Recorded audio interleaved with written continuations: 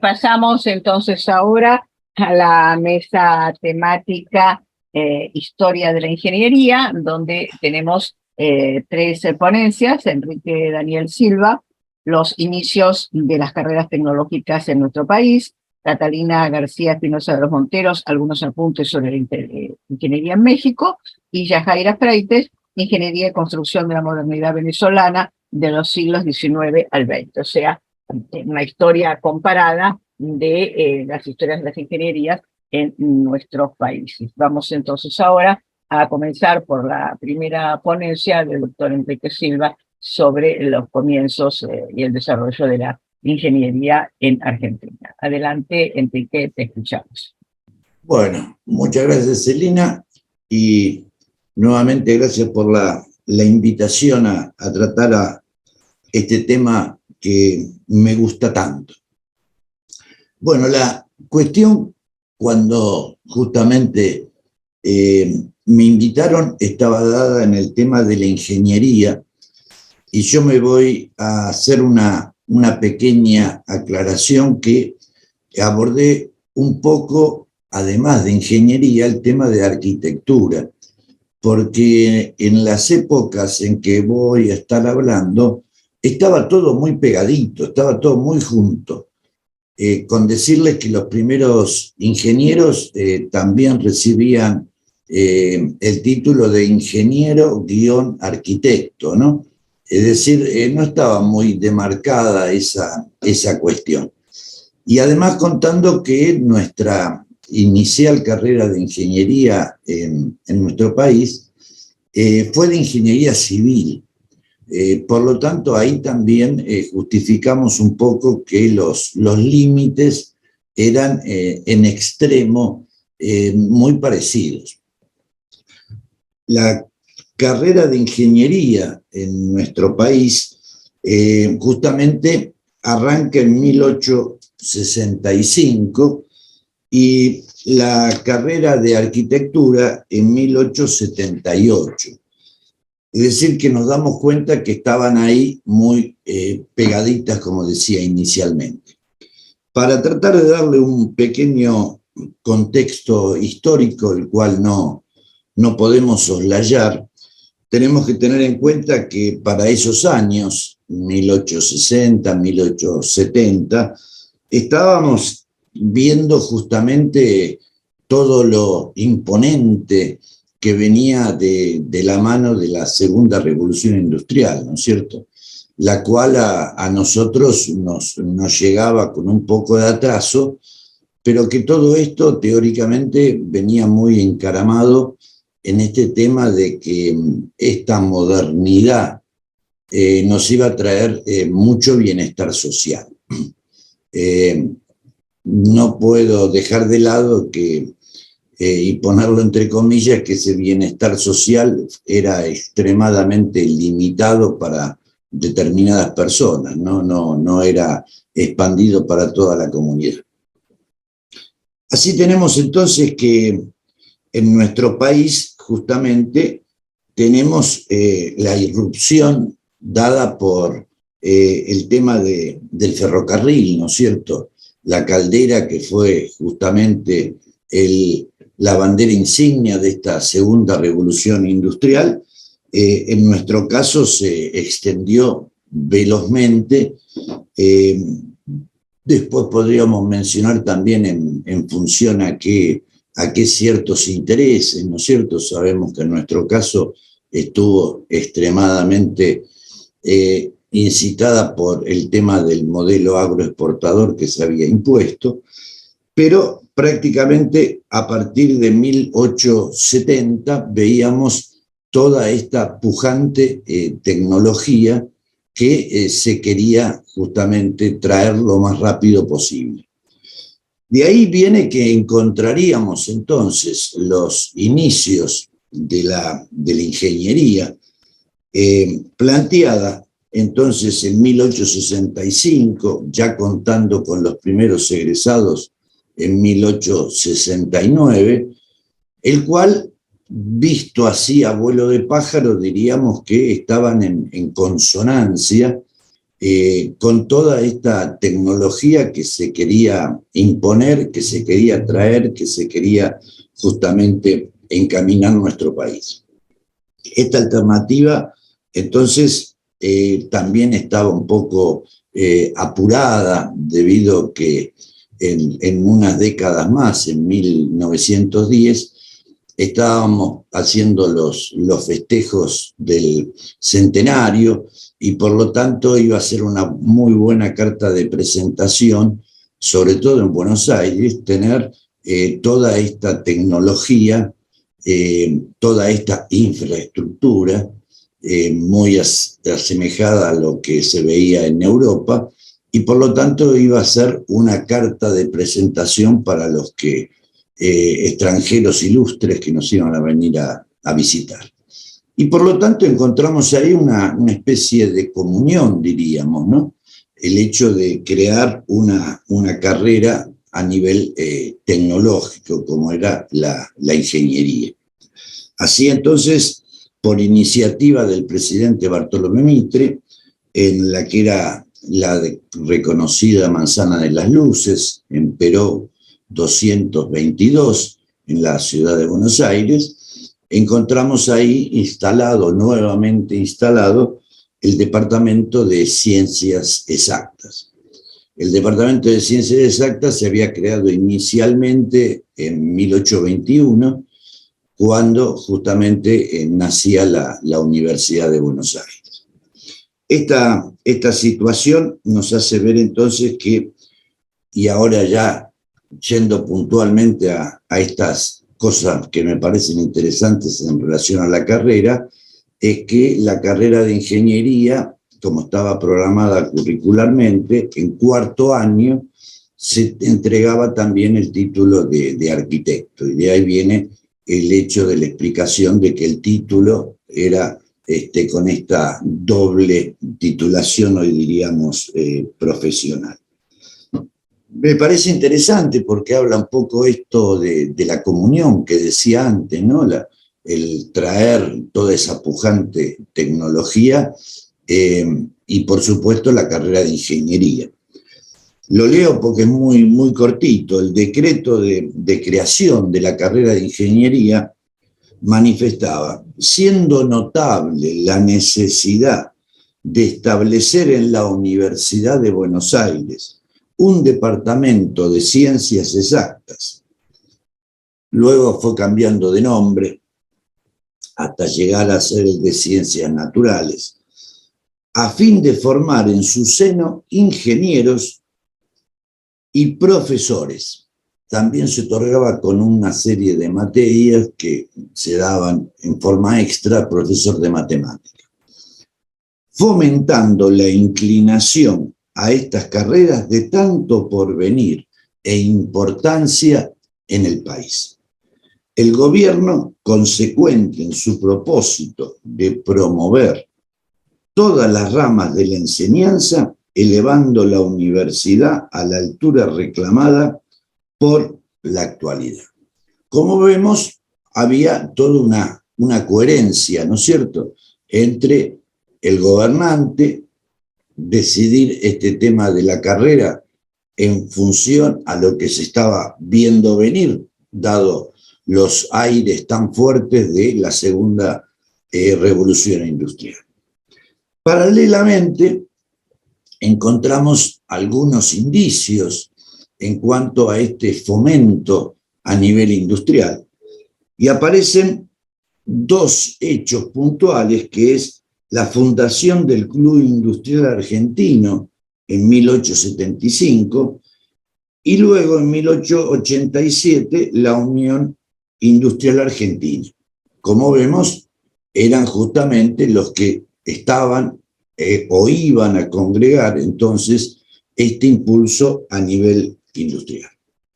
Sin embargo, en contraposición a esta situación, un historiador, Víctor García Costa, menciona que a partir de 1880 se iniciaba la edad del frigorífico, cuarta etapa de nuestro ciclo ganadero.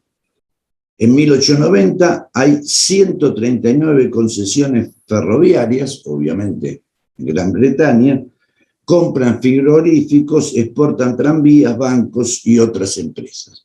Es decir que vemos que de alguna manera, en contraposición a esta iniciativa, estaba de alguna manera fomentándose otro tipo de alternativas o de cuestiones. Acá vemos el plan de estudio, se los resumo muy sintéticamente, que Alejandro García Venturini menciona que el primer plan de estudio de ingeniería civil constaba de 18 asignaturas, el 30% estaban relacionadas con el tema del dibujo, el otro 30% a la matemática, y solo 2 asignaturas se referían a la construcción, geología y mineralogía. El título, aclaremos que también daba la posibilidad de titularse como agrimensor. Es decir que tenemos ya planteado este escenario, ¿no es cierto? Como contraposición nuevamente a esta situación, pasando un poco revista de lo que solemos ver cuando paseamos por la ciudad de Buenos Aires, donde fue justamente el epicentro de toda esta modernización que se quería llevar a cabo, nos encontramos que hay una gran cantidad de edificios, las cuales la gran mayoría son hoy en día monumentos históricos, que fueron realizados entre 1875 a 1923, y ojo que esto es un señalamiento muy abuelo de pájaro, donde sus constructores, los diseños, los que la llevaron a cabo, fueron de distintas nacionalidades. Cuando desde 1869 nosotros ya contábamos con ingenieros civiles a nivel local. Les menciono simplemente y muy rápidamente para no excederme que el puerto de Buenos Aires fue hecho justamente por un equipo de ingenieros ingleses. La fecha de su construcción y de su inauguración fue en 1889. Obviamente ya hacía un tiempito que teníamos con ingenieros locales. ¿Por qué no recurrieron a eso? Bueno, esto a lo mejor creo que de alguna manera en las conclusiones lo vamos a tratar de demostrar. Tenemos a otro gran obra que hoy en día, la semana pasada, estaba señalada dentro de la Noche de los Museos. El nombre que recibía en ese momento era el Gran Depósito de Gravitación, que era en definitiva el Palacio de Obras Sanitarias, que se construyó muy rápidamente para mostrar lo que estaba haciendo el gobierno de la época, y como todo el tema del agua y la fiebre amarilla que habíamos atravesado hacía muy poquito los tenía bastante asustados. Bueno, se realiza esa monumental obra. Y estuvo a cargo del ingeniero sueco, justamente, Mistromer, en 1894. Nos encontramos con el Jardín Botánico, también con el arquitecto Thais, que obviamente hizo un montón de obras, un montón de embellecimientos fundamentalmente dedicados al tema de parquización, ¿no es cierto? Tenemos al Palacio de Justicia de la Nación, que donde intervino el arquitecto francés Maillard. Tenemos la Casa de Gobierno, la cual tuvo la participación de 2 ingenieros, el sueco Enrique Haber y a Francisco Tamburini. Como vemos, evidentemente había una determinada predilección en función a contratar, atraer ingenieros foráneos, cuando los nuestros ya, insisto, vamos a redondear, desde 1870 ya estaban justamente titulados nuestros primeros ingenieros.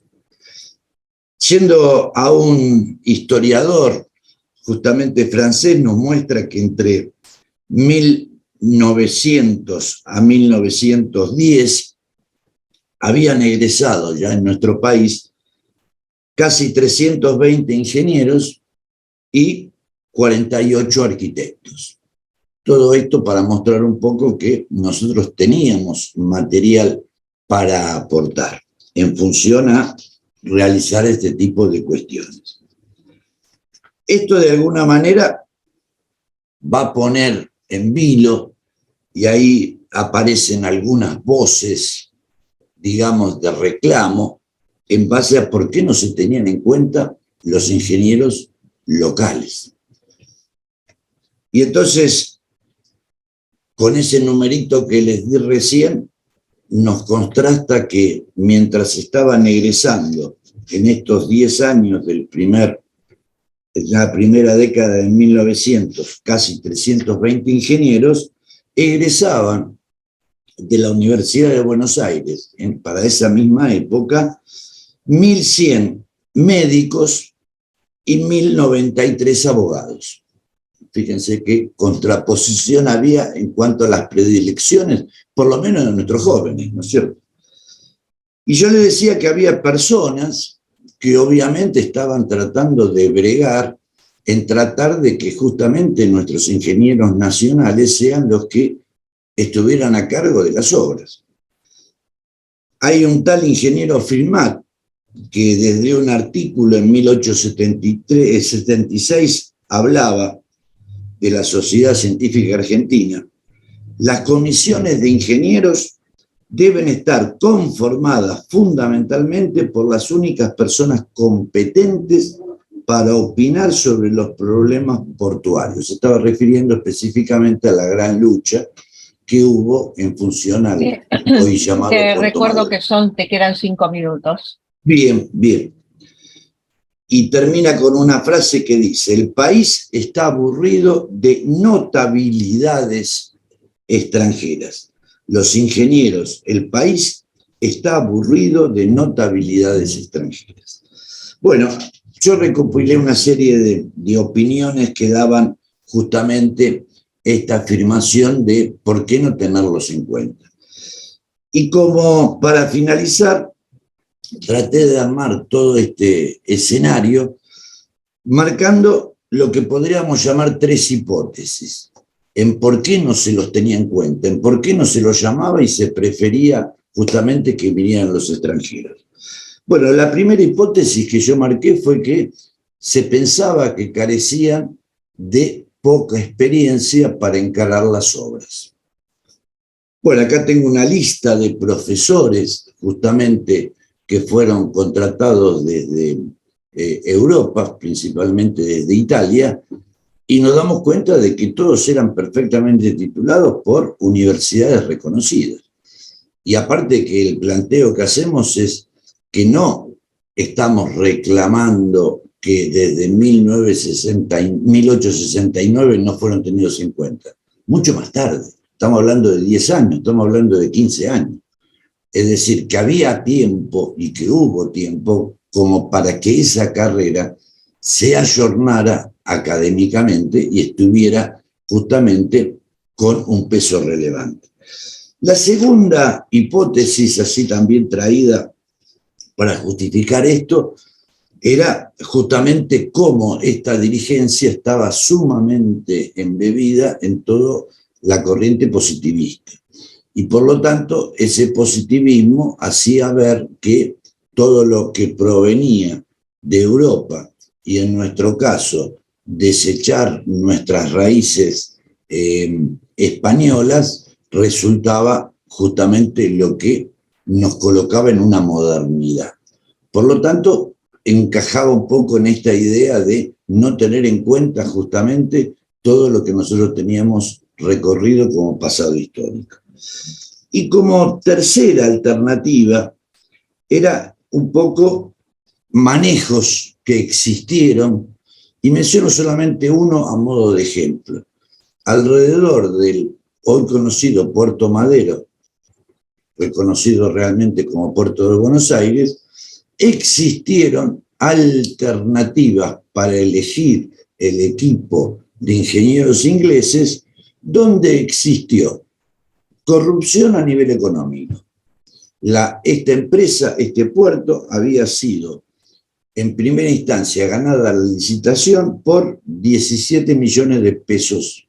Terminó saliendo el doble. Pero algunos, sacados de algunos periódicos de ese momento, llegan a que llegó a más de 50 millones. Y como colofón, el vicepresidente de esa época se llamaba justamente Madero, se apellidaba Madero, que era sobrino del comerciante que apuró su proyecto. Es decir, que existieron una determinada cantidad de situaciones en torno a que la ingeniería quedara apagada. Bueno, y para finalizar, en 2012 se comienza a hablar de la faltante de ingenieros en nuestro país, a través de un denominado Plan Estratégico para la Formación de Ingenieros. Sinceramente, después de tanto tiempo, ver que la ingeniería no tenía vocaciones, también me está hablando de que no tenía una formación de proyecto a nivel industrial. Y por eso no necesitaban ingenieros. Al no haber fábrica, al no haber producción, con los ingenieros que hay me basta, pero son muy poquitos. A partir del 2012 empezaron justamente a través de este plan. Este plan que después, con las situaciones a nivel político-económico que fuimos viviendo, se fue deshilachando. Y hoy en día seguimos hablando de que nos siguen faltando ingenieros. Bueno, gracias. Y terminé, Celina, creo que en el tiempo que me dijiste. Sí, perfecto, muy bien, muchas gracias. Entonces ahora abrimos, tenemos unos minutos para abrir las preguntas, las consideraciones, los comentarios. Así que el que quiera, ¿hay alguna intervención? Pensé que lo íbamos a hacer al final. Sí, Yajaira. Pensé que íbamos a hacerlo al final. Adelante. Pensé que íbamos a hacerlo al final. Entonces, porque mi pregunta es la siguiente. Antes que se fundara la escuela o el Departamento de Ciencias Exactas en la UBA, ¿hubo alguna actividad educativa en la ingeniería en la época colonial? No. Lo más cercanito que tenemos es con este departamento de exactas que le dije cuando se crea la Universidad de Buenos Aires a instancia de Bernardino Rivadavia, y a través de los antecedentes que había de escuelas de matemática, que eran teóricamente afines a, comenzaron a ver los primeros egresados, que se dedicaron fundamentalmente al tema de agrimensura. Claro, pensemos que en nuestro país estaba todo en ciernes, por lo tanto, lo primero que se hace cuando no hay nada en el país era el tema de la delimitación de los terrenos, la limitación y demás. Y el matemático, justamente, de alguna manera era un poquito afín. ¿Está bien? Entonces, para los emprendimientos a nivel productivo, de civil y demás, había que recurrir de afuera. Como anecdotita le digo que en 1828 se recurre al ingeniero Pellegrini, que justamente va a ser el padre de luego nuestro presidente, para construir un puerto, muchos años después, y ver el tema del agua, que era una gran preocupación en ese momento. Pero se tuvo que recurrir a personal de afuera.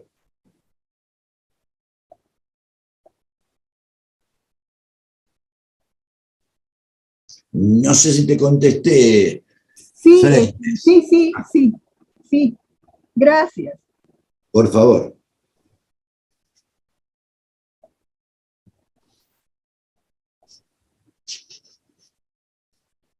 Celina, no te escuchamos. Celina, no te escuchamos. Perdón, estaba muteada. Yo quería hacer un pequeño comentario que además sobre esto de la falta de ingenieros, que es un tema crónico, ¿no? Parece que no es una falta de vocaciones, pero también es una falta de demanda. Yo quisiera vincular esto a lo que le pasó a la carrera de matemáticas, ¿no?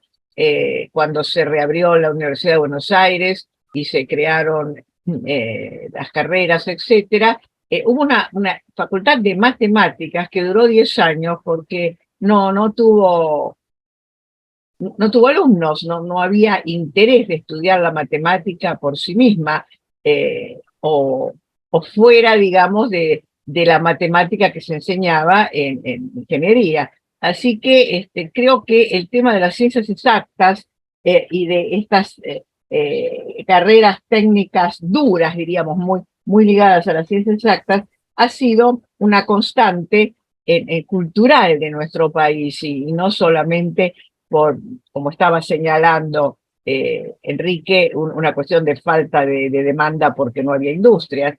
Creo que es una constante y que también explica por qué había muchos abogados, ¿no? Los abogados, bueno, los médicos es normal porque uno siempre necesita a los médicos, entonces los médicos siempre parece que faltan, ¿no?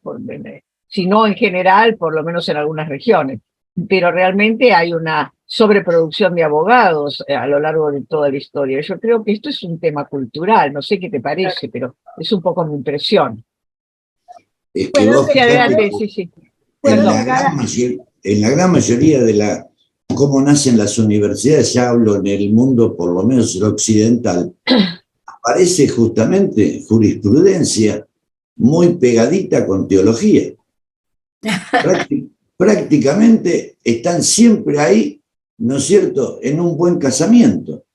Y en nuestro caso, bueno, partiendo de los jesuitas en la Universidad Nacional de Córdoba, arrancó así y después, un tiempo mucho más tarde... Sí, hay una tradición. Perdón, sí. Quería decir algo, Yajaira, y así ya cerramos y vamos a la segunda exposición. En el caso, el problema, por ejemplo, de las ciencias básicas, al menos en Venezuela, el problema fue que estaban los ingenieros antes que los físicos y los matemáticos.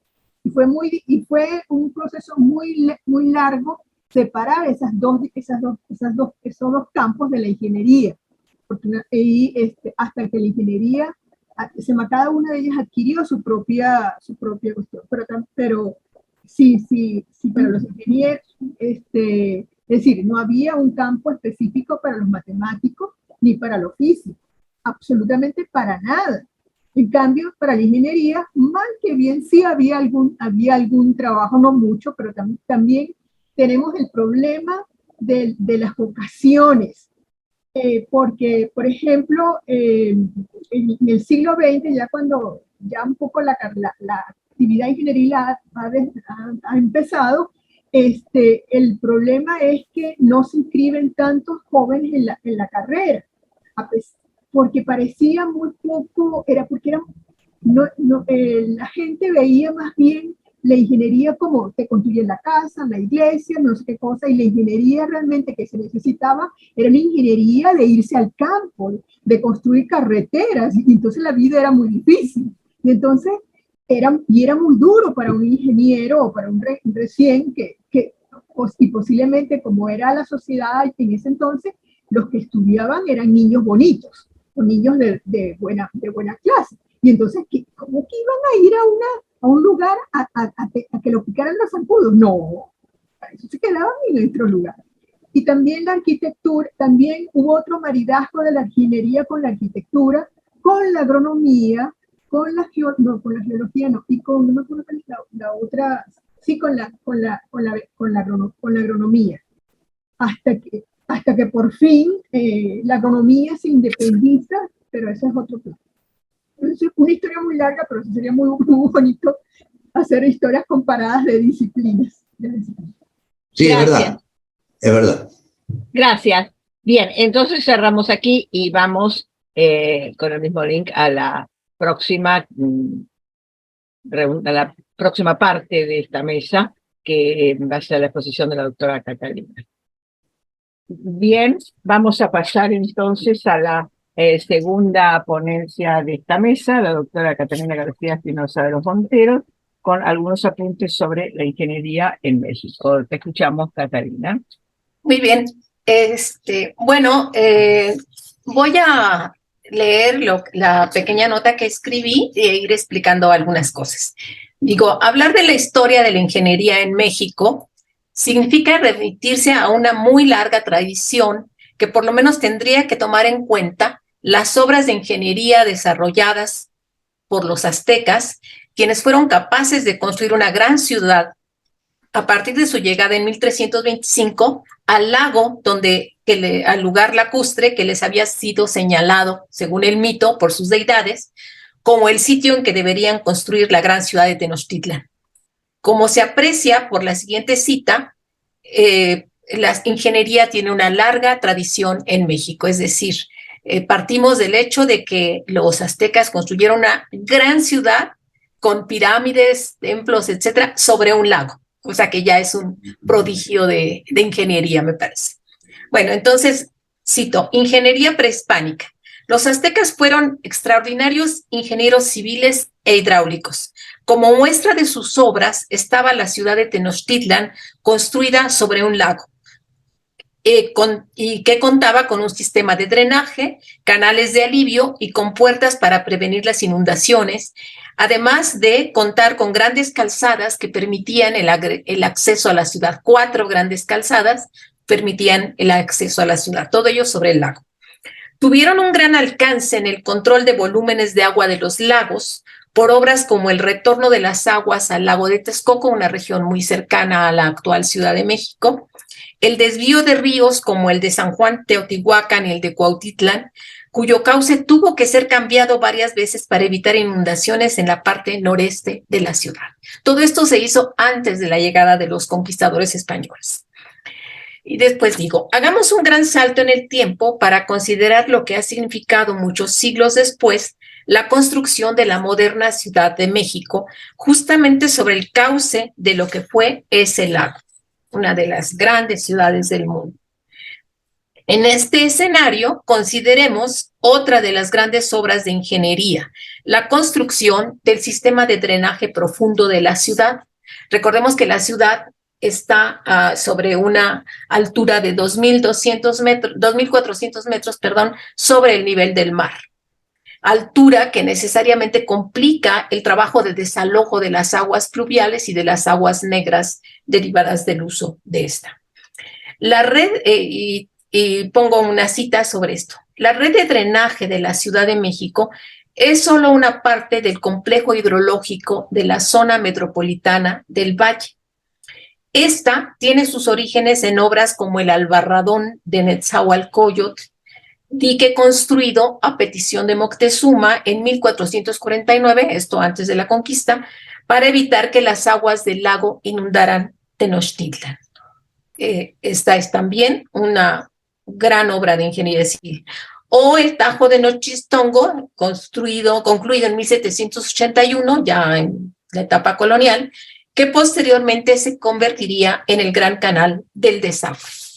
Posteriormente, hagamos un gran salto, en 1954, para el desalojo del agua de esta gran ciudad hacia afuera, se planteó una solución basada en túneles para desalojar el agua de lluvia, que es la obra que se llama El Drenaje Profundo de la Ciudad de México, inaugurado en 1975, que es también una gran obra de ingeniería civil. Estos datos referidos a la ingeniería civil e hidráulica corresponden a un panorama más amplio, el de la gran importancia de la ingeniería en México en todas sus especialidades. Hablaré ahora particularmente de la ingeniería civil, eléctrica e hidráulica comprometida en los grandes complejos hidroeléctricos de nuestro país. voy a centrar en esto y luego daré otros datos aparte.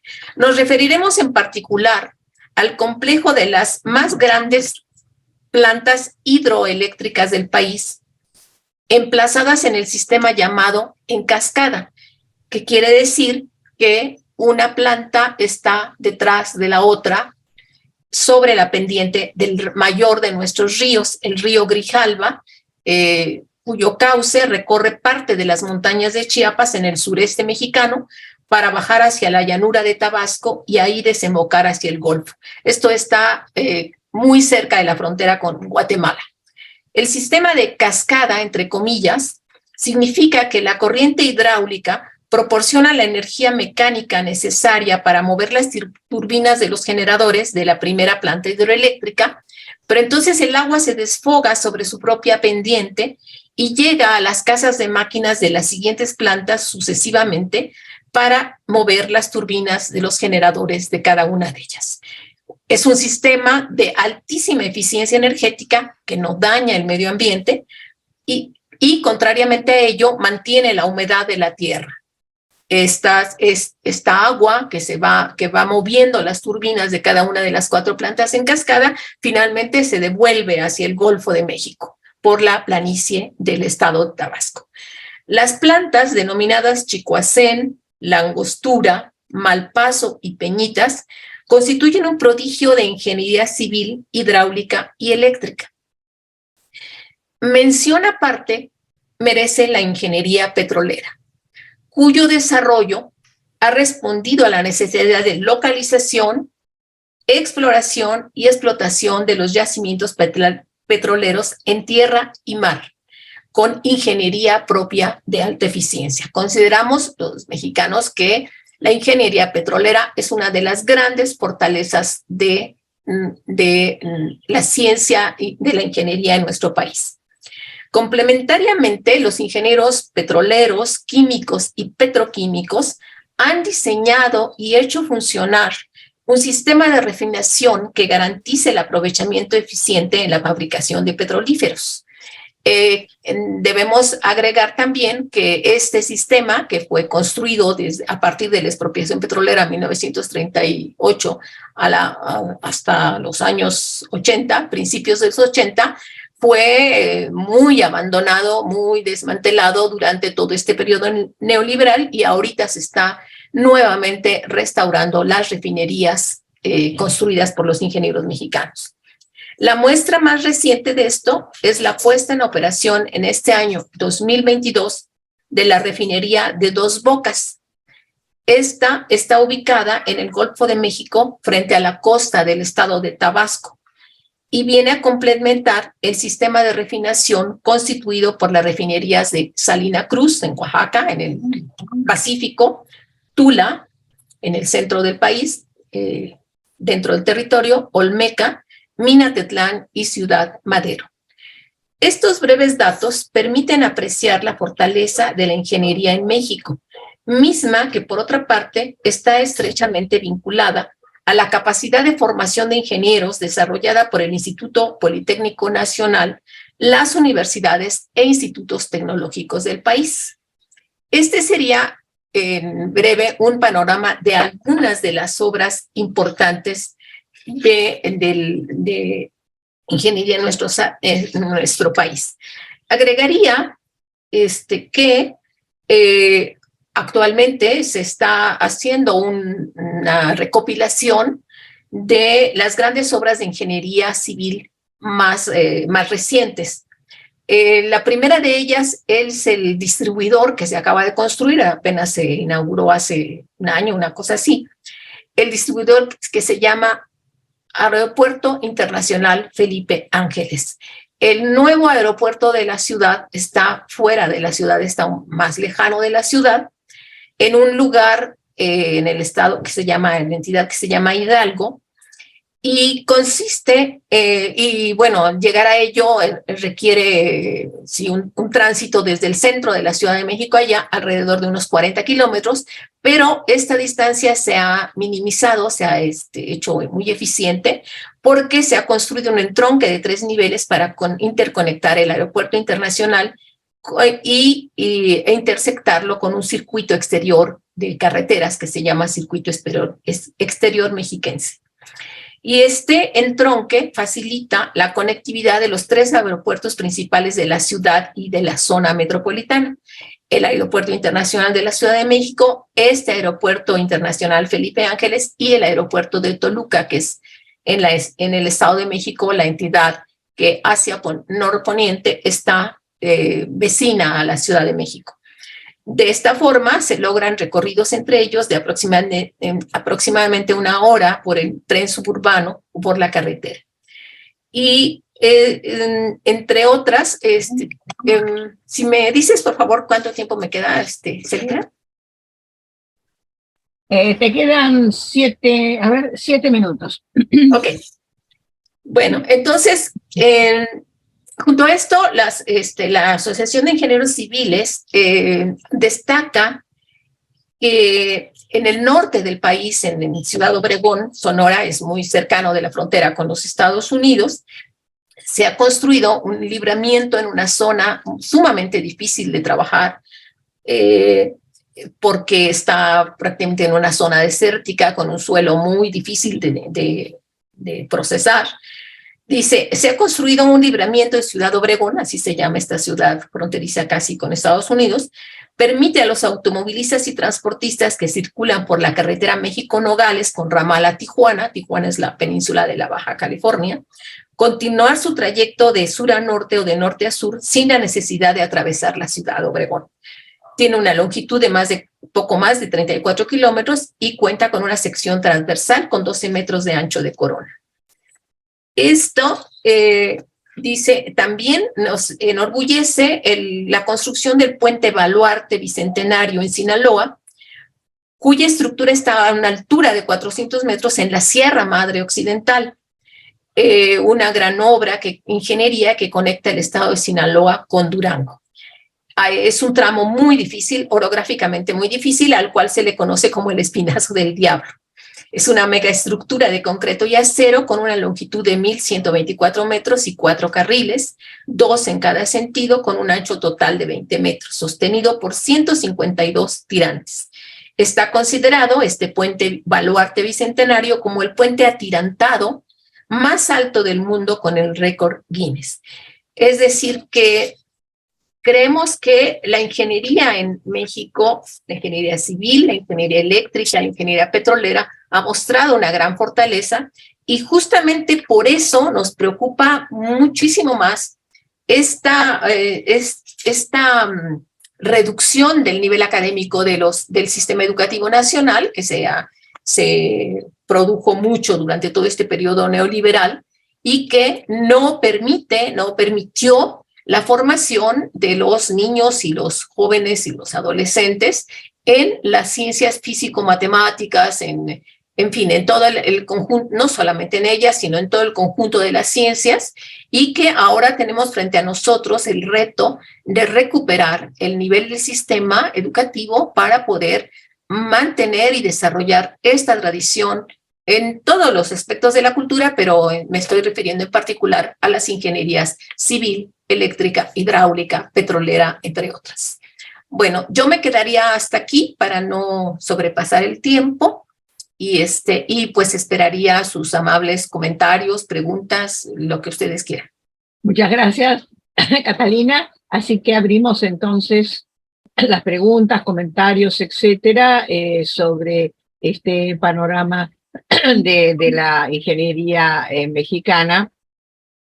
Y yo quisiera hacer una pregunta abriendo sobre el tema que mencionaste al comienzo, de las importantes construcciones que se realizaron los primitivos, la ciudad de Tenochtitlán y todas las... yo quisiera saber si eso, desde el punto de vista de la historia de la ciencia mexicana, integra propiamente la historia de la ciencia mexicana, porque uno de los temas que siempre se discuten en historia de la ciencia es justamente si la etnociencia tiene que entrar en la historia de la ciencia o es una especialidad aparte, etcétera, y no hay un acuerdo, pero en general mi experiencia es que a lo más y con mucha suerte en la historia de la ciencia de un país puede ser que entre en lo colonial, ¿no? Yo recuerdo las discusiones, que seguramente Yajaira también las conoce y las recordará, las discusiones con los colombianos, en la historia de la ciencia de Colombia, yo he trabajado algo en eso, por el tema de las construcciones de los españoles, las construcciones, sobre todo las fortificaciones. En realidad tiene que ver con la introducción de la ciencia porque necesitaron matemáticos y los matemáticos eran fundamentalmente militares y hay toda una discusión histórica sobre las universidades, la enseñanza de la matemática en las universidades y bueno, y todo eso de alguna manera integra la historia de la ciencia, pero pareciera que lo de las construcciones, o sea, la parte ingenieril no, y bueno, con más razón lo más anterior, ¿no? Entonces te preguntaba eso. Y no sé si hay alguna otra pregunta, así parecida, si quieren contestar Catalina todo junto, no sé. Sí, a mí Sí, adelante. un comentario, es que los mexicas fueron eficientes mostrando que podían levantar una ciudad sobre agua. Venecia está montada sobre agua. Nosotros tenemos una serie de poblaciones indígenas que viven sobre agua y está perfectamente adaptado. Pero sin embargo, la opción de los españoles fue disecar el valle. Así es. Sí. Entonces, y lo cual también, bueno, ok, lo disecaron, lo intentaron disecar y lo están disecando todavía, ¿no? Me imagino. Pero por eso y por eso aquí lo que preguntaba Celina es ese inconveniente, cómo estas dos tradiciones que evidentemente son importantes en la construcción de un espacio geográfico, sobre todo como el de la Ciudad de México o la de Tenochtitlán, entran en contradicción. Bueno, sí, así es. Un comentario y ya está. Sí, así es. Bueno, no sé si hay algún otro comentario, si no yo daría mi punto de vista. Una preguntita me permitiría hacer, aprovechando su conocimiento. Yo tengo que en México surge la Real Academia de Artillería, Fortificación y Diseño en 1792. ¿Es correcto? Tengo la duda. No puedo asegurarle la fecha en este momento. Mentiría si le dijera cierto o no. Me comprometería en todo caso a verificar el dato. Perfecto. Sí. Me parece que es correcta, pero no lo puedo, no me comprometo a decir que es verdad, ¿no? Lo investigaré. Pero gracias. De cualquier manera, esa Real Academia sí es de finales del 18. Sí, sí. Yo tampoco no recuerdo el dato, pero sí sé que es de finales del 18. Sí. Pero ahí venía mi duda, ¿no? O sea. Sí, lo vería, me comprometo. Que estaba ligada con la ingeniería, claro, militar, por eso hablaba de fortificación. Sí, así es. Sí. Bueno, no sé si es cierto. Quisiera responder un poco a lo que planteaba Yajaira. En efecto, hay varias ciudades en el mundo, Venecia, lo menciona ella, que están sobre el agua. ¿Qué es lo que pasó cuando los españoles desecaron el lago? Pues que se crearon una serie de problemas fuertes que aún ahora estamos digamos, sufriendo las consecuencias, porque los lagos nunca terminan las cuencas nunca terminan de ser vaciadas, y entonces tenemos hay partes de la ciudad, sobre todo en el centro, que están sobre un lecho que tiene un manto de agua abajo, ¿no? Entonces, por ejemplo, yo vivo en Ciudad Tlatelolco, es una unidad habitacional muy grande, se dice que es una ciudad dentro de la ciudad, fue diseñada genialmente por un arquitecto Mario Pani, y bueno, pues sí, aquí vivimos, es una gran ciudad muy cerca del centro de la Ciudad de México, pero en efecto, cuando el arquitecto Mario Pani la diseñó, tuvo que tomar en cuenta que está sobre un manto acuífero, es decir, que estamos sobre un terreno que tiene no decir, un nivel de agua, ¿no? Que incluso nosotros tenemos que estar permanentemente en Tlatelolco extrayendo agua de lo que se llama celdas de cimentación para mantener el equilibrio de los edificios, que sí se mantiene, o sea, no ha sido mayor problema, pero sí tiene que ver con la historia de la región, ¿no? Con la historia de la región y que, bueno, pues todo es ya simplemente considerar que el centro de la ciudad está sobre el lago, dice uno, pues tanto los ingenieros españoles como los posteriores, pues sí también desarrollaron muy buenas soluciones, porque bueno, ahí está la ciudad, una de las ciudades más grandes del mundo. Bueno, es todo un reto seguir analizando esto. Yo apenas estoy apuntando algunas cosas que habrá que seguir estudiando. Yo en eso soy muy aprendiz. Pasamos a la tercera intervención de esta mesa, la doctora Yajaira Freites, con el tema Ingeniería y construcción de la modernidad venezolana del siglo XIX al XX. Yajaira, te escuchamos. Ok, gracias. Para esta historia es necesario tener en cuenta el legado hispánico que se creó, la formación de los ingenieros en Venezuela comenzó con los oficiales e ingenieros reales que se aposentaron en la provincia de Venezuela. Se crearon una academia de geometría y fortificaciones en la ciudad de Caracas y luego en La Guaira, y luego esto por supuesto corresponde al periodo ilustrado de los Borbones, y luego estuvo academias de matemáticas en Caracas y Cumaná. Cumaná es una de las ciudades más viejas de Venezuela, es una ciudad en la punta, en la costa, y por lo tanto era muy importante tener conocimiento de fortificaciones allí. Y eso es lo que hacían los ingenieros. En la última, la Academia de Caracas y Cumaná son importantes, pero uno de los discípulos más importantes de esta academia fue el mariscal Antonio José de Sucre, el mariscal de Ayacucho. Entonces, que comenzó sus estudios en Cumaná, de donde era originario, y luego los terminó en la de Caracas. Luego, durante el periodo conservador, Venezuela, del 1921 al 30, formó parte de una entidad llamada Colombia, o la Gran Colombia. Colombia integrada por Nueva Granada, que en ese entonces se llamaba así Colombia, Ecuador y Venezuela. En el 31, entonces, se separa y al año siguiente el gobierno encarga a Juan Manuel Cajigal de la organización de la Academia de Matemáticas, que va a depender del Ministerio de Guerra y Marina, y es una universidad, es una entidad que, si bien tiene un alto nivel, no está dentro de la universidad, igual que ocurría con las academias de los oficiales y los ingenieros reales españoles.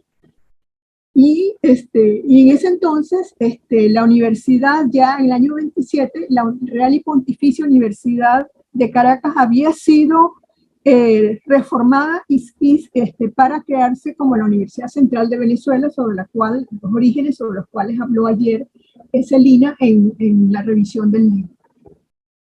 Esta academia de matemáticas estaba destinada a formar cuadros de oficiales del ejército e ingenieros. En este sentido, se mantiene el legado hispánico, en el cual por ejemplo, Cajigal había sido un joven que había sido formado en la Academia Militar de Alcalá de Henares.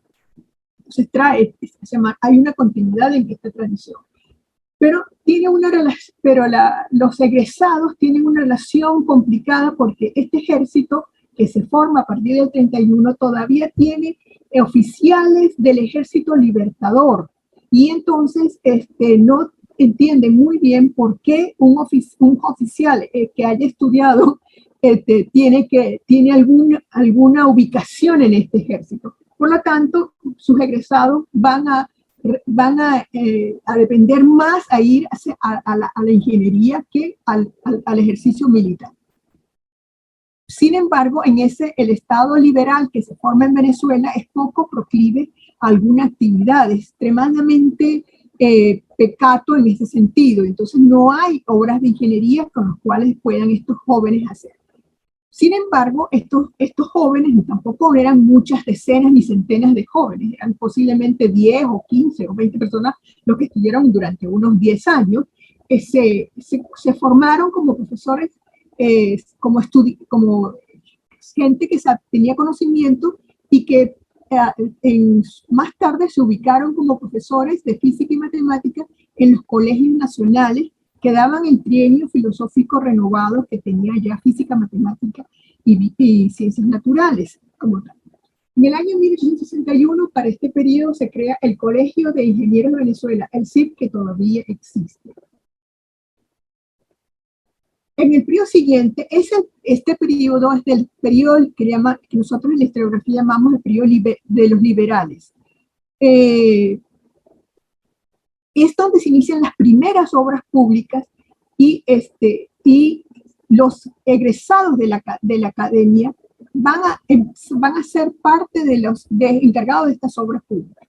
La primera cosa que ocurre es que el gobierno liquida la academia como un ejemplo del conservadurismo, y entonces integra sus cátedras en la Facultad de Ciencias Exactas, no veo bien la imagen, a ver, en la Facultad de Ciencias Físicas, de Ciencias Exactas en la Universidad Central de Venezuela, o sea que pasa a ser una carrera universitaria.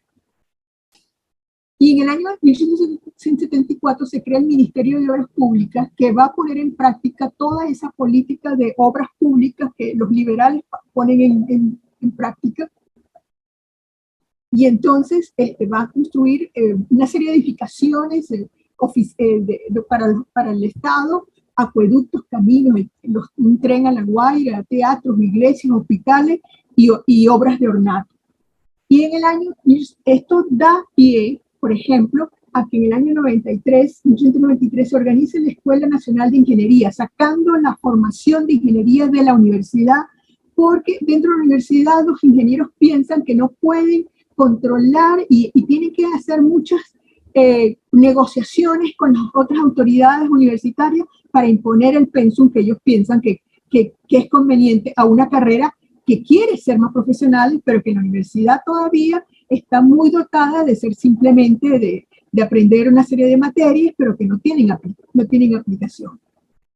Y también ya está la idea de la escuela permite introducir mejoras en las materias, entre ellos las materias relacionadas con la astronomía y la cartografía, precisamente porque una de las cosas que postula el Colegio de Ingenieros es que hay una necesidad de renovar la carta geográfica del país, que había sido construida en 1840 aproximadamente.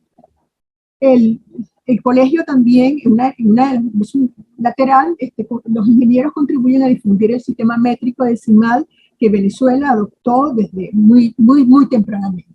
En el año 1888 se crea el Observatorio Cajigal, que es un observatorio de astronomía, meteorología y más tarde sismología a cargo de los ingenieros, y esto tiene relación un poco con esta renovación con la idea de la cartografía. Una de las obras de ese periodo son el actual sede del Congreso, ahora se llama Asamblea, del Congreso Nacional, se llama el Capitolio Federal.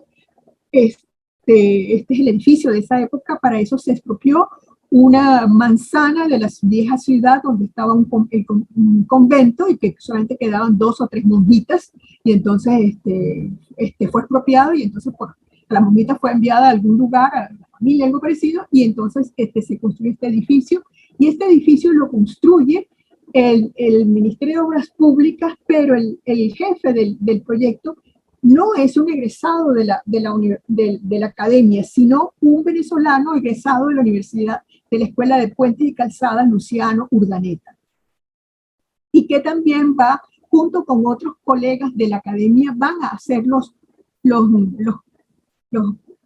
organizadores de las obras públicas. También está el centro, se crea, se remodela una iglesia, la iglesia de la Santísima Trinidad, para convertirlo en el Panteón Nacional. Luego se crea una obra de ornato como el Paseo del Calvario, se remoderniza y se le da nuevos aspectos a la vieja sede de la Universidad Central de Venezuela, que está abajo, no sé si ven el puntero, que es el edificio, que actualmente es el edificio de las academias, que es parte del patrimonio de la ciudad. Y luego la Universidad de Carabobo, cuando es fundada al final, también le he dado una sede, aunque esta está más reciente, esta es la única parte que tiene. Y luego también en ese periodo se crea, se instala o se construye el Hospital Vargas, que todavía está en funcionamiento. Fue una obra que trataba de copiar y adaptar el modelo del Hospital Laboratoire en París. Y fue también construido por ingenieros venezolanos.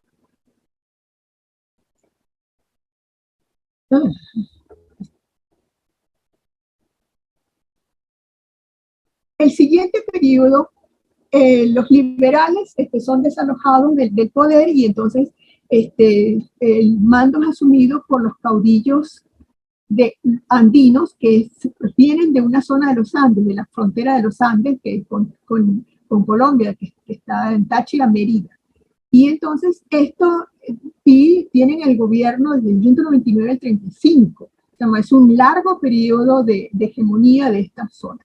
Generalmente es en este periodo yo lo divido en dos partes, porque por un lado hay un desarrollo de la ingeniería, pero también hay un desarrollo que la propia ingenieros hacen como organización de su disciplina.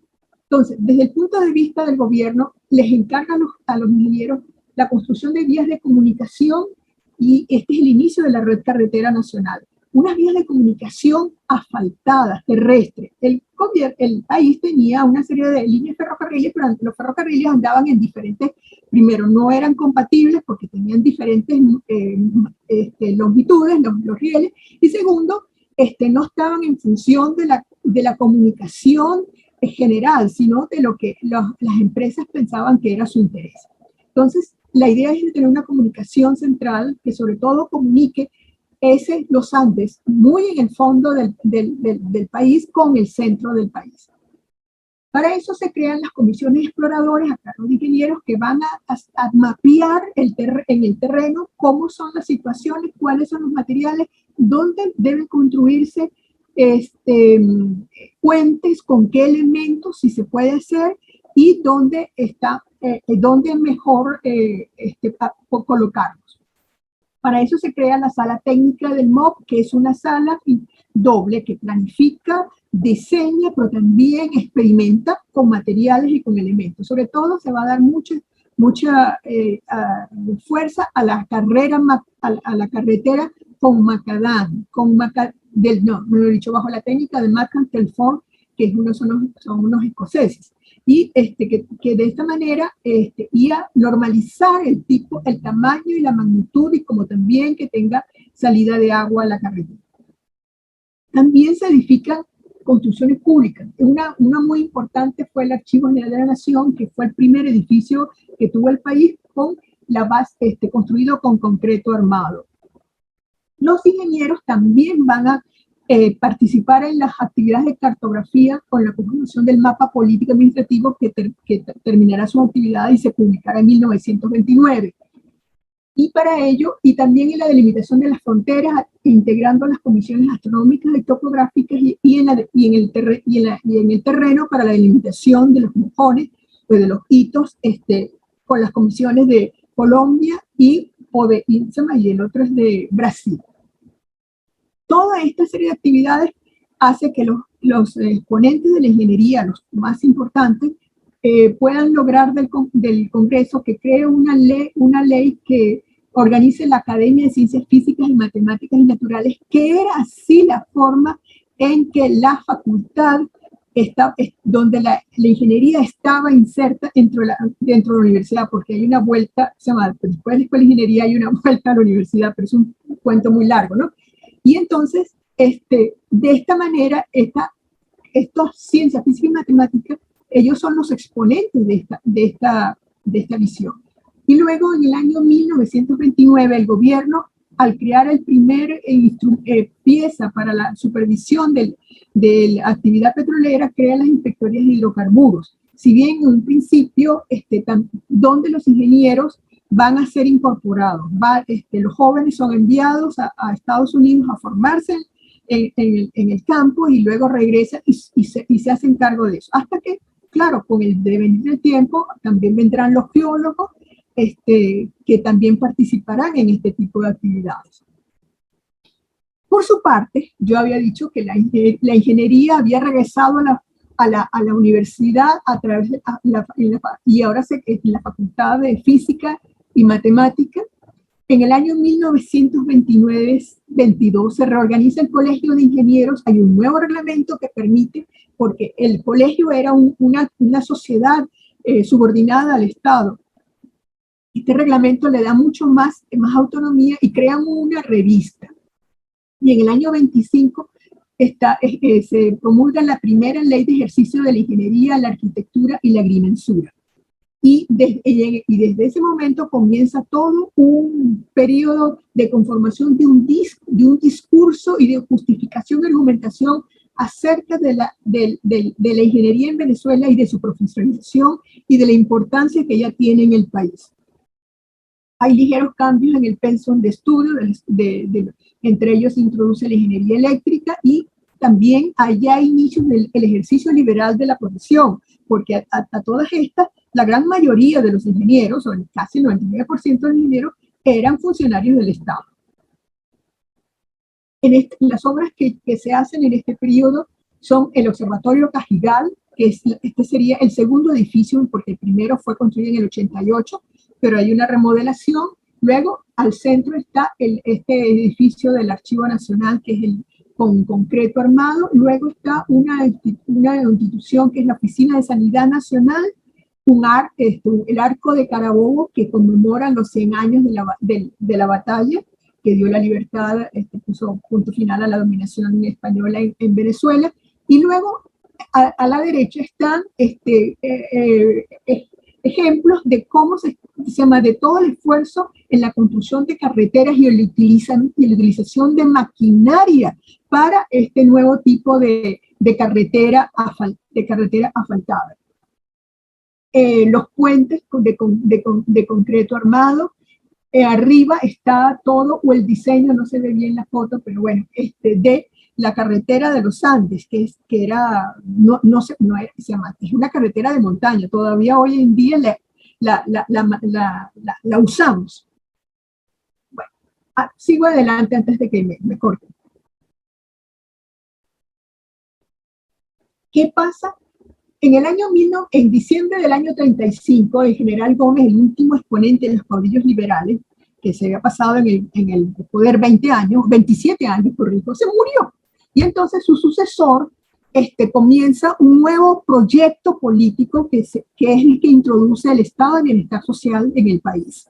Es decir, todas las teorías keynesianas, la idea de que el Estado tiene que tomar una actitud activa en el asunto. Por supuesto, detrás de todo eso está que el Estado venezolano, a partir de mediados de la década del 20, han usufructuado los dividendos de la explotación petrolera y entonces está rico, como se dice. Entonces, puede financiar con el ingreso petrolero una serie de políticas sociales. Entonces, los ingenieros van a participar en esto porque el Estado ahora va a tener mayor demanda. Entonces, vamos a dividir las cosas por partes. En el año 44, ya muy avanzada, se llama la formación en la Escuela de Ingeniería en la Universidad Central de Venezuela, en la Facultad de Ciencias Físicas y Naturales, Matemáticas y Naturales, es abanderada en una serie de innovaciones dentro de lo que es la creación de la cultura universitaria, de la nueva universidad que va a haber en el país. Y entonces ocurre una departamentalización y eso le permite que crear una serie de especialidades en eléctrica, metalúrgica, química, petróleo. Incorpora la Escuela de Geología y su instituto que había sido creado en el Ministerio de Fomento, porque en Venezuela no existía una escuela de geología, ni nadie estudiaba la geología, el petróleo como tal. Y entonces la había creado el ministerio y luego es pasada a la universidad. Pero también la Escuela de Ingeniería, la Facultad de Ingeniería acepta en su seno la Escuela de Ciencias que en el año 58 va a conformarse como la primera facultad de ciencias que va a tener el país. También la facultad tiene unidades de experimentación con los laboratorios hidráulicos, la resistencia de materiales, es decir, es una facultad muy dinámica. En el año 58 se aprueba la segunda ley de colegiación y eso es lo que le va a permitir al ingeniero venezolano de mayor autonomía y velar por sus intereses en términos distintos al que había sido en el pasado. En el año 1960, en la Universidad Central de Venezuela, ahí solamente había como 4 universidades en ese entonces, la carrera de ingeniería tiene gran demanda, todos los jóvenes ya, pero también hay un detalle, porque es que a partir del año 58 se había promulgado una ley universitaria que permitía el acceso a la universidad simplemente pagando la inscripción. La enseñanza universitaria se vuelve gratuita y entonces hay mayores posibilidades para los jóvenes para inscribirse. Y entonces hay 3 carreras en las cuales copan, que son medicina, derecho e ingeniería. Y entonces ingeniería tiene que incluso tener, en medicina e ingeniería tienen que tener ponen exámenes de admisiones, selecciones y hasta cupo para poder abastecer esa demanda. En el año 1990 tenemos que había 28 centros educativos para la enseñanza de ingeniería en diversas especialidades, cuando el panorama en 1930 es que solamente había 2 escuelas, la de la Universidad Central de Venezuela, la primera y la más antigua, y luego la de la Universidad de los Andes. Este periodo, se llama, en este primer inicio hasta el 58, los ingenieros van a participar en la creación, hay una combinación de arquitectos e ingenieros que se alían para crear escuelas, por ejemplo, este tipo de escuelas impresionantes, o para dotar al Estado con nuevas actividades, como por ejemplo la dirección de mineralogía, que estaba en la ciudad de Maracay, no en Caracas, sino en la ciudad de Maracay, en obras de canalizado de aguas, la creación de viviendas, como por ejemplo el 23 de enero, la construcción de una ciudad universitaria que era uno de los problemas que tenía la universidad, que estaba alojada en un espacio incómodo, imposible e inadecuado para las carreras, y entonces como parte de la reforma universitaria, que se tardó unos 20 años también en poder lograrse, era tener un espacio adecuado, y esta es una universidad, este es solamente el edificio de la biblioteca, o también la creación de nuevas vías de comunicación, por ejemplo, entre Caracas y La Guaira. Se comunicaban por una carretera vieja que lo llamábamos el Camino de los Españoles, o por un tren, que aquí en Venezuela los trenes terminaron siendo olvidados.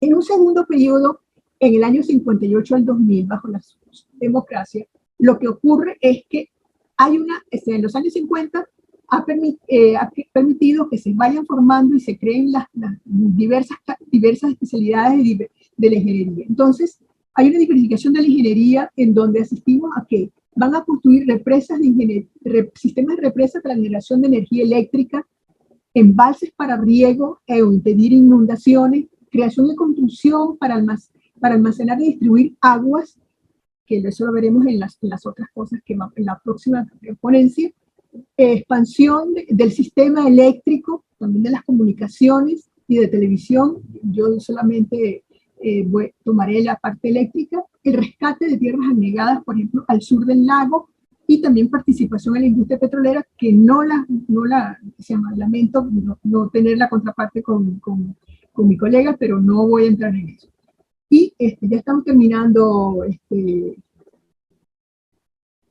luego, y afianzar la infraestructura vial, es de comunicar al país. Entonces es el momento de construcción de comunicaciones terrestres capaces de salvar obstáculos, lagos, grandes ríos, abismos, terrenos inundables, la erección de puertos y aeropuertos, y el inicio de la construcción de sistemas masivos de transporte, como el metro de Caracas, en Maracay y Valencia, y de empezar a rescatar las vías férreas.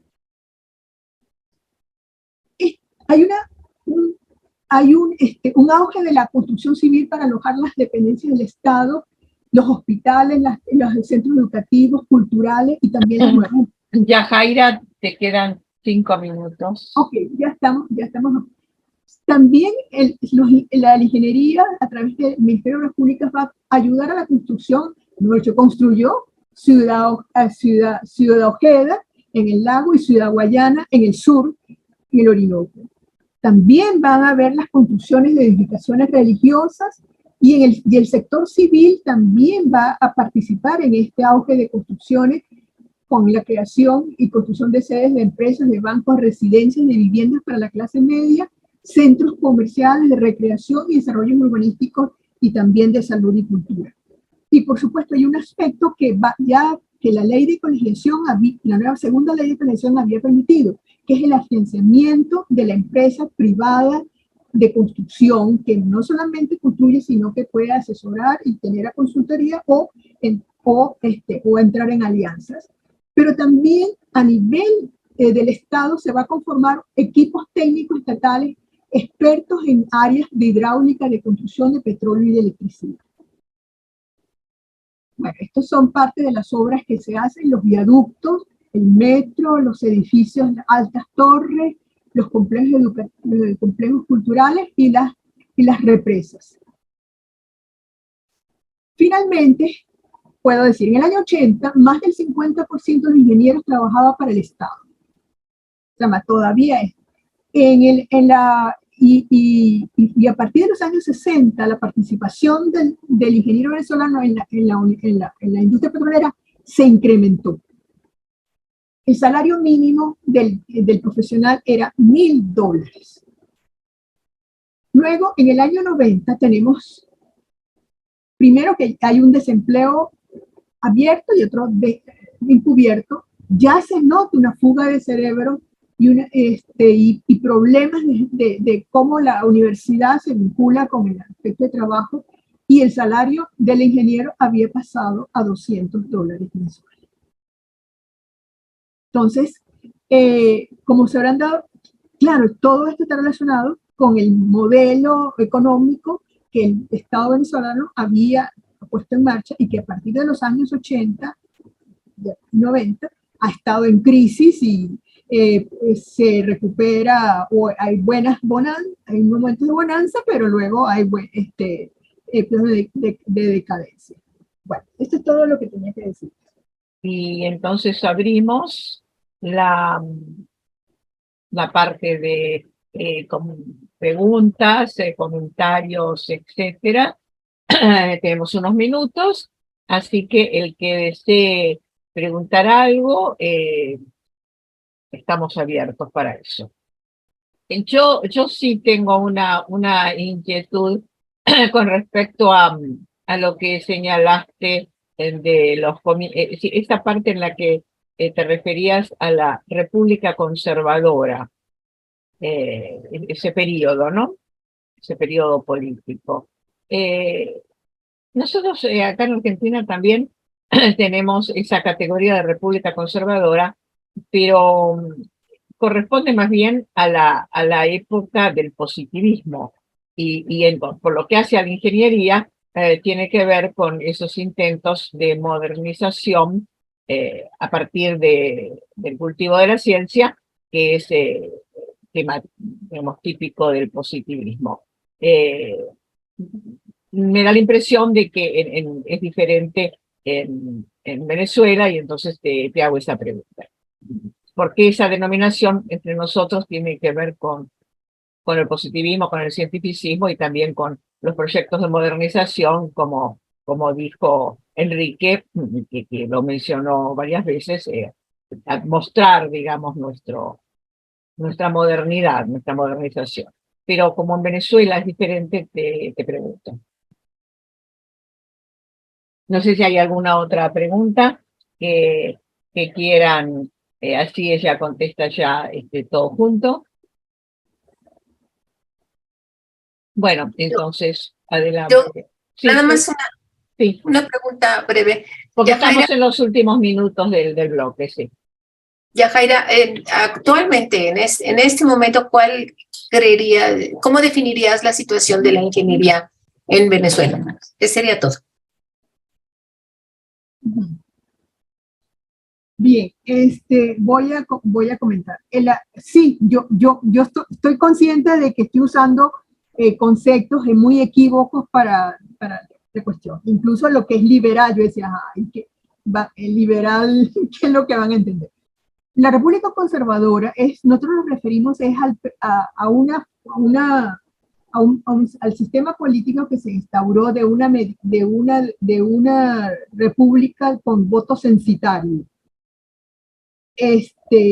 Muy de propietarios o de gente de renta y de gente que sabía leer y escribir. En donde el Estado era el único que le interesaba al Estado era mantener la ley, el orden, el ejercicio de la ley, pero no introducirse en ningún problema económico. El Estado absolutamente, ese sería el Estado absolutamente liberal, ¿no? Entiendo. Entonces, nosotros decimos que el Estado liberal se murió en el año 35. Exacto. ¿Cuándo? Entonces, el Estado, el periodo liberal son los mismos conservadores más radicalizados que se han dado cuenta de que es necesario abrir la participación política, que es necesario que haya si tú quieres modernizar al país, ahí es el momento del positivismo. Como tal, tú tienes que abrirte al país, tú tienes que modernizar al país, tú tienes que hacerte eco de las ideas positivistas que hay en el exterior. Y entonces, por lo tanto, todas estas obras públicas obedecen a una modernización como tal, emprendida por los venezolanos y con dinero venezolano. Porque nosotros no teníamos el tren frigorífico ni nada de eso. Claro. Y de casualidad, como tal. Entonces, el concepto de modernización atraviesa en realidad desde finales del 18. Lo que pasa es que cada país cuando se hace la denominación histórica, se vincula, claro, a un hecho diferente, claro. Sí, entiendo perfectamente. Ok, bueno. Voy a contestar lo de Catalina. Ahora, resulta de que una de las cosas, uno de los puentes que pudiera haber sido hecho por ingenieros venezolanos, por empresas venezolanas o diseñado por venezolanos, se lo dieron a Odebrecht, que es brasileño. O, por ejemplo, edificaciones del centro para residencias vienen traídas de Bielorrusia. Y entonces, por supuesto, las formas en que se construyen o los modelos son muy buenos para lugares muy fríos, pero aquí en el trópico es terrible. Uno necesita un balcón. Los bielorrusos lo que necesitan es cerrarse los balcones. Bueno, entonces, y eso afecta tanto a la ingeniería como a la arquitectura. Porque el gobierno, sobre todo en el aspecto civil, la ingeniería, el gobierno ha politizado todo lo que era la actividad tecnológica de la ingeniería en el área hidráulica, de la electricidad, del petróleo, de todo. Y entonces tenemos los desastres habidos y por haber. Cuando ayer Catalina decía que cuando el sistema interconectado se viese, la plantita que ella veía iba a resurgir. Yo le decía, ay, no saben cómo un sistema interconectado que uno lo piensa que es invulnerable puede caerse. A nosotros nos ocurrió. Con un sistema, con un sistema y con una represa con capacidad de 10.000 megavatios, no tenemos luz. Y así el sistema de agua, el sistema eléctrico. Entonces, ahorita tenemos ese problema. ¿Por qué? Porque el gobierno declaró a todos los profesionales universitarios, entre ellos los ingenieros, que nosotros éramos sus enemigos. Entonces, por lo tanto, bueno, no es, por eso hay toda una fuga. Y es terrible. Eso que yo mostré era el inicio de la crisis. Ahora es, no quiero hablar. Bien, eso, no sé si con eso te respondo. Gracias. Gracias. Abrimos ahora una sesión de comentarios sobre las principales obras de ingeniería en estos tres países. Así que, bueno, escuchamos entonces a Catalina su explicación de lo que le parece que es una obra que merece especialmente destacar. Te escuchamos, sí. Catalina.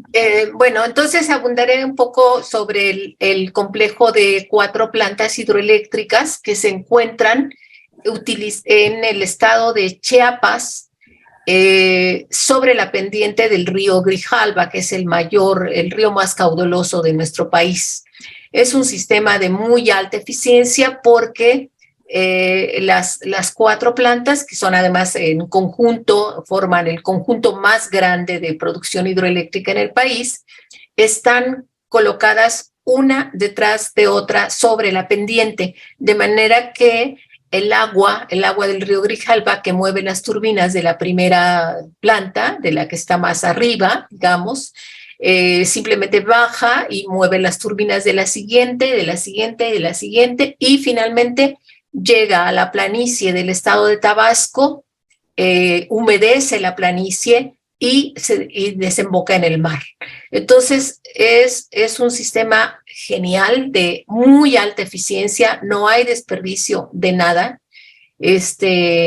Y bueno, pues es una solución muy sencilla conceptualmente, claro, tecnológicamente tiene muchas dificultades, pero han sido vencidas por los ingenieros mexicanos egresados del Politécnico, de los tecnológicos regionales y de la Universidad Nacional. Entonces, abundaría sobre eso. El agua se regresa al Golfo y no hay ningún desperdicio absolutamente. Hay un beneficio además con la humidificación de los terrenos de la planicie. Y bueno, además en los embalses de cada una de estas plantas, los residentes de esas regiones, de estos pueblos, pues tienen la posibilidad de poner pequeños negocios de venta de alimentos y esas cosas en la orilla, tienen también la posibilidad de ofrecer servicios turísticos de paseo en lancha, etcétera, porque los vasos están generalmente muy quietos, llamémosle así. Entonces, bueno, pues eso creo que es un sistema muy, muy eficiente, que no ha dañado el medio ambiente, sino al contrario. Naturalmente que se sabe, es cierto que cuando el agua turbina, no sale exactamente como entró, ¿no? Así se contamina de algunos químicos, pero en general estos químicos no tienen mayor perjuicio sobre el ambiente. Sobre lo de Necaxa, sobre esta planta hidroeléctrica construida este complejo construido en 1893, solamente quisiera agregar una cuestión. que bueno, pues es maravilloso que siga funcionando a más de un siglo. Fue la primera planta hidroeléctrica que envió energía a la Ciudad de México, y de ahí se fue hasta una población en el Estado de México que se llama El Oro. Pero bueno, una cosa que quiero destacar y que ayer no dije, es que la cortina, lo que se llama la cortina de la presa, es decir, la pared con la que se tapa el vaso, digamos, el vaso de agua que alimenta las turbinas, es una cortina de arcilla, de tierra, y es genial que una cortina de arcilla haya sobrevivido más de un siglo, porque las cortinas, o sea, las paredes de las presas actualmente pues se hacen de concreto, pero esta es de tierra, y entonces tiene que haber un cuidado muy meticuloso y cotidiano de la cortina, porque hay factores que pueden alterarla. Entre ellos, por ejemplo, es necesario controlar la población de hormigas, porque las hormigas pueden deteriorar la cortina. Entonces, no es cuestión de eliminar a las hormigas, porque también hacen falta, por supuesto, en el ecosistema, pero sí es controlar su población. Entonces, eso también implica una vinculación muy estrecha entre biólogos, ingenieros, los trabajadores y los pobladores. Y bueno, esto es entre otras cosas. Hay otro complejo hidroeléctrico que está en el río Balsas, que es el segundo más grande del país. Eso está en el Pacífico, entre Michoacán, Guerrero, Jalisco, una parte. Y ese también es un sistema de muy alta eficiencia. Quiero decir también que algo que no mencioné es la planta nucleoeléctrica de Laguna Verde en el Veracruz, en el Golfo. Esta planta pues suscitó en su tiempo una gran inquietud, porque bueno, pues una planta nuclear pues sí causa alarma sin tener mayor información, pues causa alarma. Pero la planta ha funcionado muy bien. De hecho, en realidad, los accidentes en plantas nucleares son muy, muy raros, son muy excepcionales. No, los diseños en términos Son generales ruidosos cuando son ruidosos cuando ocurren. Sí, entonces, pero bueno, no ha convivido bien la planta de Laguna Verde con las poblaciones. No hemos tenido ningún incidente de naturaleza. El Instituto Nacional de Ciencias Nucleares está permanentemente vigilando la planta nuclear, y eso es también una muestra de la fortaleza de la comunicación constante entre físicos nucleares, ingenieros, etcétera, de la Comisión Federal de Electricidad. Entonces, pues yo me quedaría aquí para no extenderme más, porque si me dan más tiempo sigo hablando. Pero bueno, sí, Bien, sí de acuerdo. Entonces, pareciera que, digamos, las grandes obras de ingeniería son hidroeléctricas, porque, claro, tienen una complejidad y, bueno, y plantas nucleares. Entonces, yo le pediría ahora a Yajaira que de toda esa enorme cantidad de obras de ingeniería que mostró en su charla, señale las razones, como dijo Catalina, por las cuales habría que, digamos, elegir como las obras las más importantes, 3, 4, 5, en fin, algunas. Yajaira. A ver, fíjate lo siguiente. Ay, ¿dónde está? ¿Puedo compartir? ¿Puedo compartir? Sí, ya te pongo.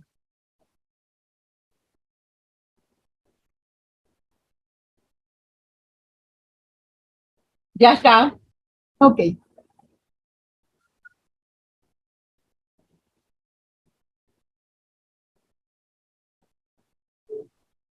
Ciertamente, yo también escogí los sistemas de represa y embalses. La hidráulica ha sido combinada con la eléctrica. Entonces, la joya de la corona es la central hidroeléctrica Simón Bolívar, que, bueno, este es el tercer nombre que tiene, pero nosotros comúnmente la conocemos Guri. El embalse y la represa de Guri. El embalse fue un lago artificial creado, lo cual creó una serie de dificultades para desalojar algunos pequeños pueblos y también las poblaciones de de animales, lo cual hubo toda una batida para lograr salvar lo mayor posible. La central hidroeléctrica es capaz de tener algo así como 10.000 megavatios de potencia, aunque ahorita no lo tiene. Cuando se construyó fue hasta que los chinos pusieron en su represa en las Tres Gargantas, fue la mayor represa, y luego cuando los brasileños y los paraguayos le pusieron las turbinas a Itaipú, pues también pasó eso. ¿Por qué? Bueno, porque una de las riquezas de Venezuela es el agua. Este es el complejo del Caroní. Y también usa también el sistema de cascada, porque esta represa es el río Caroní, que es un afluente del Orinoco, y entonces aguas abajo hay 3, 4, 5, represas que también producen energía como tal. ¿Qué es lo que es, además, junto con otras represas que tiene el país? Las represas en el país están en el sur y en el occidente norte como tal. Entonces ellas está la Voltosa, la de Santo Domingo en los Andes, no es una represa que está fuera de... ¿Qué es lo que ocurre? Crean el sistema interconectado. ¿Qué es el sistema interconectado? En el cual las diferentes plantas se unen para crear esa red de fuerza, que es lo que le da electricidad al país. Y ese es uno de, y es un sistema interconectado que estaba construido con plantas de diferente, algunas eran termoeléctricas, como por ejemplo la de Planta Centro, Tacoa, Urdaneta y Laguneta de no sé qué cuento por allá arriba. Pero las demás eran hidráulicas. Y luego eran manejadas, hasta el año 2000, 2003, 4, 5, algo así, antes que se analizara todo eso, eran empresas de diferente ángulo. Es decir, había una empresa productora de energía que era Edelca, que es la que maneja la represa de Guri y sus 4 o 5 represas. Y luego, entonces, había una serie de privadas que también lo que hacían era, le compraban la electricidad a Edelca y distribuían la electricidad. Pero a su vez, en los Andes había otras plantas que había construido el Estado a través de CADAFE, que es la otra organización del Estado, y entonces se unieron para crear el sistema interconectado, con líneas de transmisión, con líneas de cuestiones. El apagón ocurrió cuando Guri, por alguna razón, se apagó. Y entonces, como era la mayor, todas las demás en cascada vinieron. Eso es parte del asunto.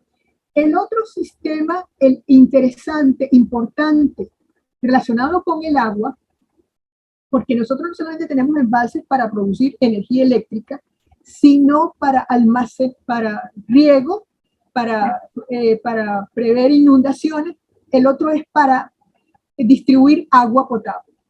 Entonces, una de las cosas es el llamado el sistema TUL 1, 2 y 3, que abastece de agua al área metropolitana de Caracas a través de una serie de embalses y de elementos que permiten mantener a la ciudad, porque la ciudad también tiene algunas fuentes propias, pero no suficientes para mantenerlo. Entonces, por eso fue necesario crear el sistema TOI 1, 2 y 3 para poder abastecer a la ciudad de Caracas. Y también hay otras ciudades que también, por ejemplo, yo vivía en una ciudad periférica y que también tenía cerca un embalse que era el que alimentaba a la ciudad sobre este particular. Entonces los embalses son muy diferentes, hay diferentes embalses que han sido producidos, algunos ya existían y lo que hicieron fue agrandarlos y otros fueron creados. Por eso yo le preguntaba a Catalina si la represa, esa represa tenía un lago y si ese lago existía antes o después, porque si lo tenía, el problema de negociar con la gente era muy diferente a cuando tú tienes que construirlo. Claro. Tienes que desalojar a la gente. Claro, sí. Y en otras partes, en algunos de estos embalses ya existía. Y entonces el problema de desalojo o los problemas de desalojo son menores. Bueno, eso sería, tengo otros ejemplos, por ejemplo, la vialidad, pero bueno, esta es una conversa.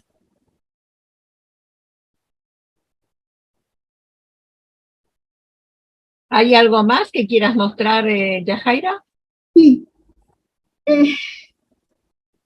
Uno de los problemas fíjense que cuando yo mostré lo del comienzo de la ingeniería fue la vialidad. La vialidad es algo, o sea, nosotros teníamos tuvimos trenes, pero esos no fueron eficientes y entonces la vialidad terrestre se convirtió en más importante y sobre todo a partir de que el petróleo se convirtió en un producto de exportación, teníamos acceso a lo que era asfalto y entonces teníamos un elemento. Entonces, una de las cosas es que el asfaltado se pasaron a las autopistas, por ejemplo, y a los puentes. Nosotros tuvimos, Caracas tenía un puente llamado Carlos III en la época colonial. Luego, los viaductos, que no son puentes, pero mucho de unas dimensiones más pequeñas, que incluso permiten a ciudades que están como divididas. Por ejemplo, me acordé de Praga, que Praga está al lado del río y una parte del lago del Lido, pero se reúnen porque hay varios puentes que las unen a las ciudades, a las partes de Praga, ¿no? Bueno, y así ha pasado, por ejemplo, en el viaducto del Chama o en el viaducto de Miranda, que está sobre la ciudad de Mérida. Pero también, cuando yo decía que había habido un salto sobre los abismos, es por ejemplo, el viaducto número 1 de Caracas-La Guaira, que si bien fue construido en los años 50, en ese entonces con una combinación de una empresa francesa con una venezolana, que después entonces ha construido los demás puentes. Fue una cosa interesante es esas alianzas que las empresas nacionales han hecho con las internacionales, porque siempre hay licitación y siempre se ha buscado que haya una parte venezolana. Y entonces eso es lo que ha permitido que haya una transferencia de hecho de conocimiento. Entonces eso permitió, por ejemplo, de esa misma alianza, la construcción sobre el puente sobre el lago de Maracaibo, en la parte más estrecha del lago, que comunica la ciudad de Maracaibo con el resto del país. Es un puente sobre el lago, sobre cuestión de esa. Hay otros dos puentes sobre el Orinoco. El lago de Maracaibo fue construido, fue muy interesante porque fue también una combinación de empresas nacionales con extranjeros y con los alemanes, donde se crearon una serie primero había sido pensado que tenía que ser de hierro, pero entonces la parte venezolana pensó que eso en esa zona era terrible y entonces decidieron que tenía que ser concreto armado. Y tuvieron que crear una serie de tecnologías para meter las pilas en el suelo, en el lecho del lago. Todo un procedimiento. Luego, esa misma empresa, más la venezolana, con los técnicos de obras públicas, por eso es importante que son esos consorcios que aparecen,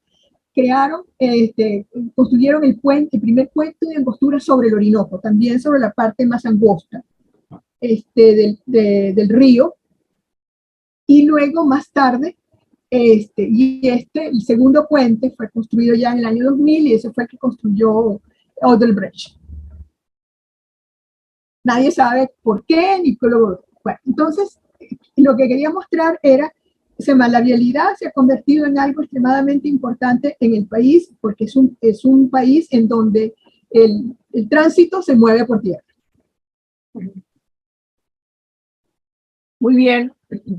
Muchísimas gracias por esta selección de las grandes obras.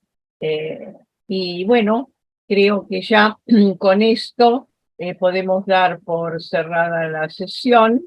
que era la última de estas jornadas de historia de la ciencia, que se desarrollaron a lo largo de 4 jornadas, 2 en el mes de agosto, y ahora estas 2, ayer y hoy.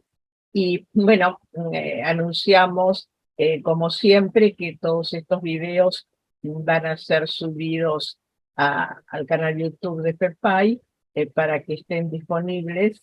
Incluso se puede comentar por chat los videos. Y también vamos a editar las actas, por lo cual pido a todos que se apresuren a enviar los textos, porque siempre queremos sacarlas en el mismo año, porque si no se desactualiza. De modo que, bueno, es una satisfacción que hayamos llegado, después de los 40 años que se festejaron el año pasado de FEPAI, a nuestras 21ª jornadas de Historia de la Ciencia, y Dios mediante las próximas serán dentro de 2 años, en el año 2024. El tema ya veremos, pero indudablemente creo que esta cuestión comparativa está siendo muy, muy interesante y que vale la pena volver sobre esta idea, pero ya lo conversaremos. Sin más, entonces agradezco a todos los que han participado ayer, hoy y en los 2 días de agosto, y los convoco para nuestras próximas jornadas y continuar con esta historia. Muchísimas gracias.